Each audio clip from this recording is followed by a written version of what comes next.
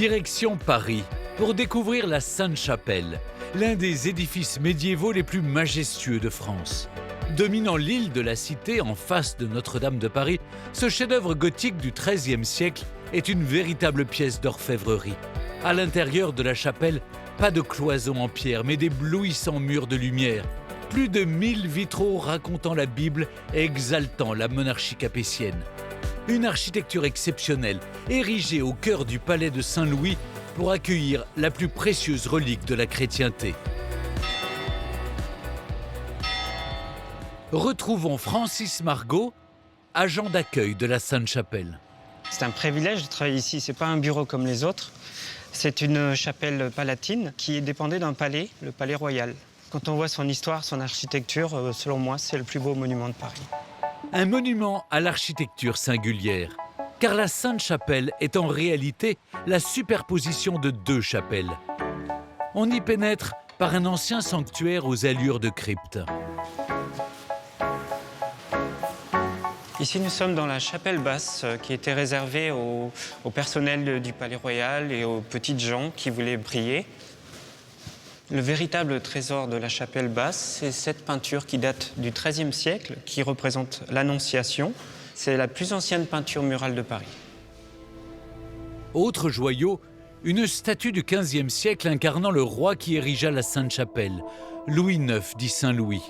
Mais le monarque ne se recueillait jamais dans la chapelle basse, il n'apparaissait qu'à l'étage supérieur. Au terme de cet escalier séculaire se dévoile la chapelle haute, un chef-d'œuvre unique en France. Répartis sur d'immenses verrières de 15 mètres de haut, pas moins de 1113 vitraux racontent la Bible, de la Genèse à l'Apocalypse. Pour Cécile Rive, administratrice du lieu, l'émotion est intacte devant ces murs de lumière. C'est un sentiment un peu indescriptible en fait. Je pense que ça se vit plus que ça ne se décrit, c'est juste incroyable. Parce que c'est une lumière, des couleurs qu'on trouve nulle part ailleurs. Un vrai bain de lumière. Réservée au roi et à ses invités, la chapelle haute a été conçue tel un gigantesque reliquaire.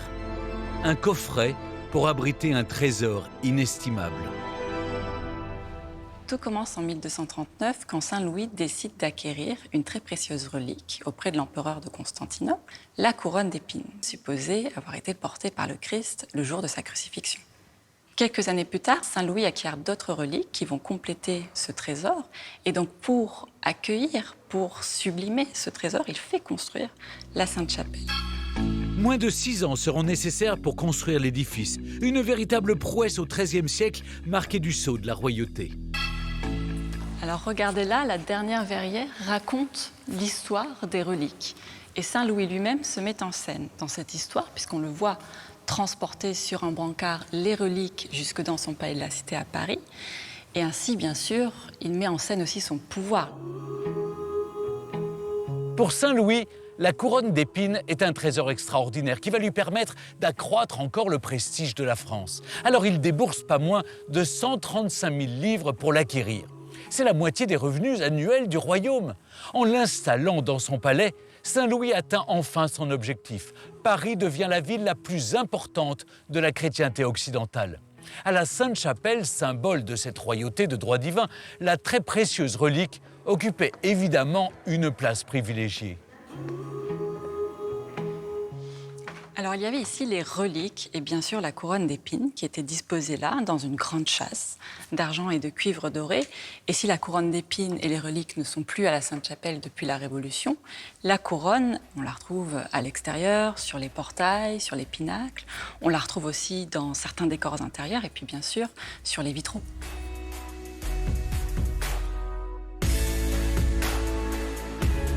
Les vitraux de la Sainte-Chapelle sont une merveille du XIIIe siècle. 700 mètres carrés de lumière et de couleurs qui éblouissent chaque année plus d'1 million de visiteurs. Mais ce trésor de verre est fragile. Poussière, fragmentation, pollution, victime des affres du temps, une partie des vitraux a dû être restaurée. Un chantier exceptionnel auquel a contribué Claire Babet, l'un des meilleurs maîtres verriers de France. Pour le vitrail, c'est vraiment un lieu emblématique. Ce sont des vitraux en plus d'une très grande qualité, C'est une prouesse technique de l'époque, c'est une prouesse de création, c'est le rêve de tout verrier. Un rêve et un travail titanesque. Il aura fallu 2 mois pour démonter 4 verrières. Une fois dans son atelier, à Chartres, Claire et son équipe ont pu restaurer chaque vitrail l'un après l'autre. Au cours des siècles, il y a eu des casses qui se sont faites sur les vitraux et les restaurateurs précédents utilisaient des plombs de casse. Et c'est ce qu'on voit ici. Donc là, en fait, on voit que cette pièce-là était d'un seul tenant et on a des plombs qui gênent en fait la lecture de la pièce. Nettoyée puis dessertie de ces plombs de casse, chaque pièce va être minutieusement recollée. Et s'il manque des morceaux de vitraux, Claire les recrée au millimètre près. Le vitrail, c'est un puzzle à la fois dans le détail et dans le monumental. On a mis à peu près 16 000 heures de travail. Ça a été 3 ans de chantier pour restaurer ces 4 grandes baies.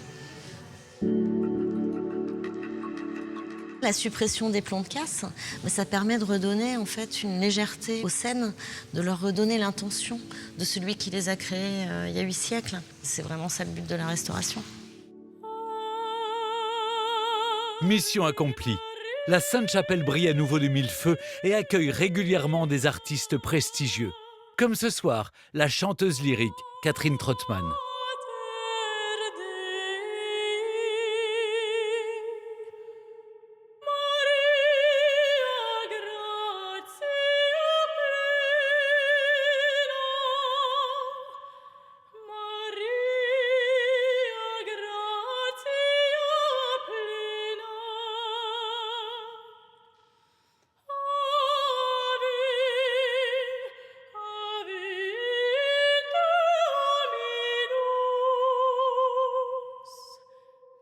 Chanter l'Ave Maria dans un lieu comme celui-ci, aussi chargé d'histoire et de spiritualité, c'est un véritable moment de grâce. On est entouré par la beauté de ces verrières et la lumière se reflète dedans et ça ajoute au sacré du moment.